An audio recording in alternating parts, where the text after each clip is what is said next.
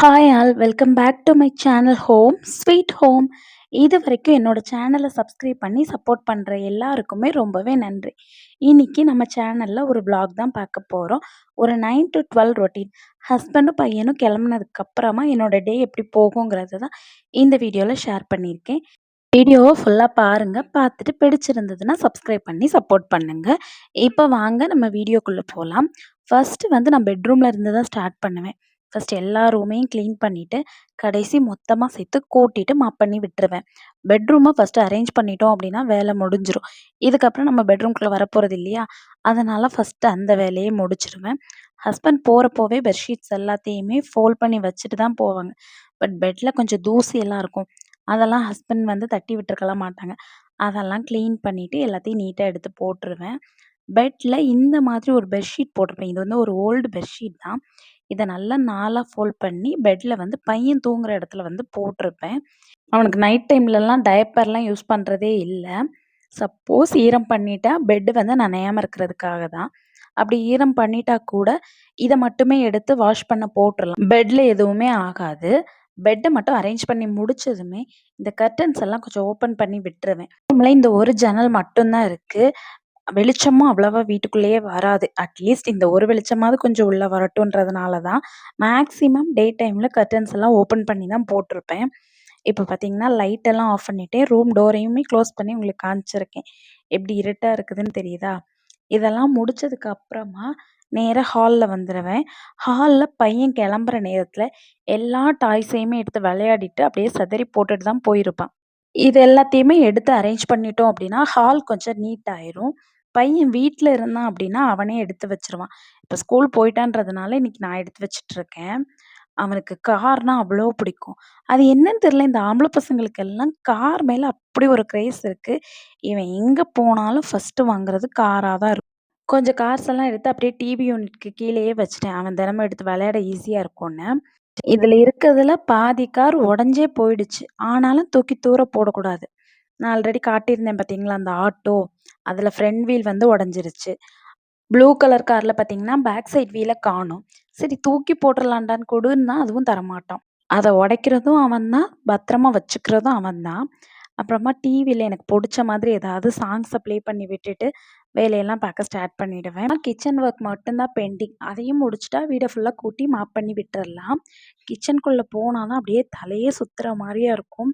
காலையில அவசரத்துல எல்லாத்தையுமே அப்படியே போட்டு வச்சிருப்போமா, அதுக்கப்புறம் போய் பார்த்தா தான் அப்படியே தலையெல்லாம் சுத்தும். ஆல்ரெடி வாஷ் பண்ணி வச்சிருந்த பாத்திரமே கொஞ்சம் எடுத்து வைக்காம இருந்துச்சு. அத எல்லாத்தையுமே எடுத்து அதோட பிளேஸ்ல வந்து எடுத்து வச்சுட்டேன். இதுக்கப்புறமா இனி கவுண்டர் டாப்ப கிளீன் பண்ண வேண்டியது தான்.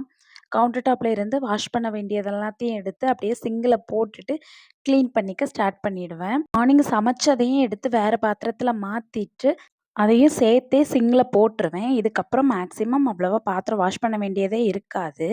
ஃபர்ஸ்ட்டு ஒரு கிளாத் வச்சுட்டு, கவுண்டர் டாப்ல இருக்கிற வேஸ்ட் எல்லாம் நல்லா நீட்டா தொடச்சு எடுத்துருவேன். இதுலயே ஆல்மோஸ்ட் கிச்சன் ஃபுல்லா நீட் ஆயிடும். அதுக்கப்புறமா ஒரு ஸ்ப்ரே பாட்டில்ல கொஞ்சமா தண்ணியும், டிஷ் வாஷ் லிக்விடும் சேர்த்து நல்லா மிக்ஸ் பண்ணி, ஃபுல்லா ஸ்ப்ரே பண்ணி விட்டுட்டு, நல்லா நீட்டா வைப் பண்ணி எடுத்துருவேன். இதுக்கப்புறம் மேக்ஸிமம் கிச்சன்ல ஒர்க் இருக்காது. இனி ஈவினிங்கா தான் ஒர்க் இருக்கும். ஸோ இப்பவே கிளீன் பண்ணி வச்சுட்டோம் அப்படின்னா, ஈவினிங் வரைக்கும் கிச்சன் நல்லா நீட்டாவே இருக்கும். மிக்ஸி எல்லாமே கையோட எடுத்து லைட்டா ஒரு கிளாத் வச்சு தொடச்சு எடுத்துருவேன். நான் மேக்ஸிமம் இது எல்லாமே டெய்லியுமே செஞ்சுருவேன். டெய்லியுமே பார்த்தீங்கன்னா, ஒரு 5 மினிட்ஸ் வேல தான் இருக்கும். செஞ்சு வச்சுட்டோம் அப்டின்னா, எப்போதுமே பார்க்க நல்லா நீட்டாவே இருக்கும். அப்படியே கவுண்டர் டாப்ல இருக்கிற அந்த ரேக் எல்லாத்தையுமே எடுத்துட்டு, ஒரு வாட்டி லைட்டா தொடச்சு விட்டுருவேன். தினமுமே தொடச்சுட்டோம் அப்டின்னா, அந்த அளவுக்கு டஸ்ட் எதுவுமே அதில சேராது.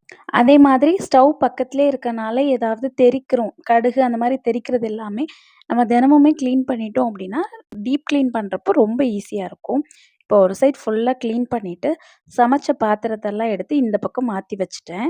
ஒரு சைடு கிளீனிங் எல்லாம் முடிக்கவுமே சிங்க் ஃபுல்லா பாத்திரம் இருந்தது. இப்படியே இருந்துட்டு இருந்ததுன்னா, குட்டி குட்டி பூச்சி எல்லாம் வர ஆரம்பிச்சுரும். அதனால ஃபர்ஸ்ட்டு இதெல்லாம் வாஷ் பண்ணி முடிச்சுட்டு, அதுக்கப்புறமா தான் ஸ்டவ் கிளீனிங் எல்லாம் ஆரம்பிச்சேன். நெக்ஸ்ட்டா கேஸ் ஸ்டவ் கிளீனிங் தான். சமைக்கிறப்போ ஏதாவது தெரிச்சிருக்கும். அந்த ஆயில் கறைலாம் இருக்குமா, அதெல்லாம் அப்பப்பவே தொடச்சு விட்டுருவேன். அடுப்புக்கு பின்னாடி உள்ள டைல்ஸ்ல எப்படியும் சமைக்கிறப்போ ஏதாவது தெரிச்சிருக்கும். அதெல்லாம் அப்பப்பவே கிளீன் பண்ணிட்டோம் அப்படின்னா, பார்க்கறதுக்கே எப்போதுமே நல்லா நீட்டா இருக்கும். இந்த வீட்ல எங்களுக்கு சிம்னி குடுத்துருக்காங்க. அதனால ஆயில் கறை அதிகமா ஆகாது. ஆனா, இந்த மாரி கொதிக்கிறப்போ ஏதாவது படுறதெல்லாம் அப்படியே கரையாயிடும். ஸோ, அதெல்லாம் அப்பப்பவே தொடச்சிருவேன். சேம் லிக்விட் தான் நான் ஸ்டவ்வுக்குமே யூஸ் பண்ணுவேன். வீக்லி ஒன்ஸ் மட்டும் தான் நல்லா ஸ்க்ரப் வச்சு கிளீன் பண்ணிக்குவேன். மத்தபடி தினமுமே இந்த மாரி மட்டும் கிளீன் பண்ணி விட்டுருவேன். கிளாஸ் டாப் ஸ்டவ் அப்படிங்கிறதுனால ரொம்ப ஸ்க்ரப்பர் போட்டு அழுத்திலாம் தேய்க்க முடியாதா, இந்த மாரி தினமுமே கிளீன் பண்ணி வச்சுட்டா எப்போதுமே பார்க்க நல்லா நீட்டாவே இருக்கும். மேக்ஸிமம் இதே சொல்யூஷன தான் எல்லாத்துக்குமே யூஸ் பண்ணுவேன். இந்த கப்போர்ட்ஸ் எல்லாம் கிளீன் பண்றது எல்லாத்துக்குமே இது தான் யூஸ் பண்ணுவேன். இப்போ வந்து பார்த்தீங்கன்னா, அந்த கேஸ் ஸ்டவ்வுக்கு பின்னாடி உள்ள டைல்ஸ்லயுமே ஃபுல்லாத்தையும் கிளீன் பண்ணியாச்சு.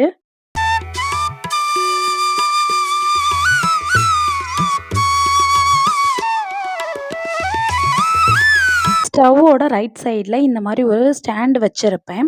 சமைக்கிறப்போ ஏதாவது சூடான பாத்திரம் இருந்துச்சுன்னா, அத இறக்கி வச்சுக்கலான்னு. அப்படியே கையோட ஸ்விட்ச் போர்ட்ஸ் எல்லாத்தையுமே கிளீன் பண்ணிருவேன்.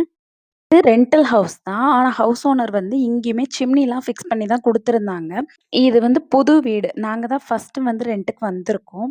அதனாலேயே ரொம்ப கேர் எடுத்து எல்லாத்தையுமே நல்லா கிளீன் பண்ணிக்குவேன். ஹவுஸ் ஓனருமே இந்த வீட்ல நெறைய பார்த்து, பார்த்து நெறைய விஷயங்கள் பண்ணியிருக்காங்க. டிவி யூனிட் ஆகட்டும், கிச்சன் ஆகட்டும் எல்லாமே நல்லா பார்த்து, பார்த்து தான் பண்ணியிருக்காங்க. இந்த வீட்ட நம்ம வெக்கேட் பண்ணிட்டு போறப்போ, அவங்க நமக்கு எப்படி குடுத்தாங்களோ, அதே மாரியே அவங்களுக்கு ரிட்டர்ன் குடுக்கணும். அவ்வளதான். கவுண்டர் டாப்லாம் ஃபுல்லா கிளீன் பண்ணி முடிச்சுட்டு, பாத்திரம்லாம் வாஷ் பண்ணிட்டேன். கையோட சிங்கையும் ஃபுல்லாவே கிளீன் பண்ணி விட்டுருவேன். சிங்க் மட்டும் இல்லாம பக்கத்துல இருக்க அந்த டைல்ஸ், டேப்ல தண்ணிலாம் தெறிச்சு ஒரு மாரி உப்பு கர மாரி இருக்குமா, அது எல்லாத்தையுமே தினமுமே கிளீன் பண்ணிட்டோம் அப்படின்னா, பார்க்க நீட்டாவே மெயின்டெயின் ஆயிரும். இப்ப ஃபுல்லா ஒரு தடவ தொடச்சுட்டு, நல்ல ஒரு ட்ரை கிளாத் போட்டு ஃபுல்லா தொடச்சு விட்டுருவேன். இதனால பூச்சி எதுவுமே கிச்சனுக்குள்ள வராது. கிச்சன் கப்போர்டெல்லாம் மேக்ஸிமம் வீக்லி ஒன்ஸ் தான் கிளீன் பண்ணுவேன். கையில இருக்க ஸ்ட்ரெயின் ஏதோ பிடிச்சிருச்சு அதுல. அதையும் கையோடவே கிளீன் பண்ணிட்டேன். அவ்வளோதான் இப்ப கிச்சன் ஒர்க் எல்லாமே முடிஞ்சு, கிச்சன நல்லா நீட்டா ஆயிடுச்சு. இதெல்லாம் வந்து தினமுமே ஒரு 10 டூ 15 மினிட்ஸ் உள்ள ஒர்க்கு தான். சோம்பல் பார்க்காம தினமுமே இத பண்ணிட்டா, கிச்சன் எப்போதுமே பார்க்கறதுக்கு நல்லா நீட்டா இருக்கும். நெக்ஸ்ட்டு வந்து ஹால் தான். ஹால்ல இந்த சோஃபா கவர தினமுமே எடுத்து உதறி விரிச்சு தான் போடுவேன். ஏன்னா, அவன் சாப்பிடுவான், ஏதாவது ஸ்பில் பண்ணி வச்சிருப்பான். அதுவும் இல்லாம கால்ல அந்த மண்ணோட ஏதாவது ஏறியிருப்பான். அதனாலேயே தினமும் நல்லா உதறி விரிச்சு வச்சுருவேன். இது வந்து டிமார்ட்ல வாங்குன ஒரு பெட் ஸ்ப்ரெட் தான். சிங்கிள் பெட் ஸ்ப்ரெட்டா வாங்கியிருக்கேன். ஆல்டர்னேட்டிவ் ஒண்ணும் வச்சிருக்கேன். வீக்லி ஒன்ஸ் வந்து மாத்தி விட்டுருவேன். இப்ப பார்த்தீங்கன்னா, எவ்வளோ நீட்டா இருக்கு பார்த்தீங்களா? அப்புறம் இந்த டிவி யூனிட்டையுமே ஆல்டர்னேட்டிவ் டேஸ்ல தொடச்சு விட்டுருவேன். லைட்டா ஒரு வெட் டிஷ்யூ வச்சு ஃபுல்லா தொடச்சிரு மோஸ்ட்லி பையன் வந்து கார் அந்த டிவி யூனிட்ல தான் ஓட்டிட்டு இருப்பான். அவ்வளதான் இப்ப எல்லா கிளீனிங்கும் முடிஞ்சிருச்சு. இனி வீட ஃபுல்லா நல்லா கூட்டி விட்டுட்டு மாப் பண்ணி விட்டுற வேண்டியது தான். மாப் வந்து தினமுமே போட்டுருவேன் ஒயிட் டைல்ஸ்ல. அதனால ஃபுல்லா தினமுமே ஒரு வாட்டி போட்டு விட்டுருவேன்.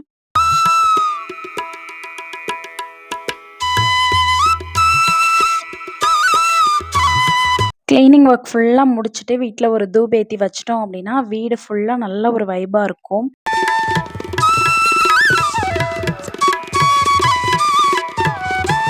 காலையில பையனுக்கு குடுக்கும்போதே கொஞ்சம் ஸ்நாக்ஸ எனக்குமே எடுத்து வச்சுருவேன். ஃப்ரூட்ஸ் ஏதாவது கொஞ்சம் எனக்குமே எடுத்து வச்சுருவேன்.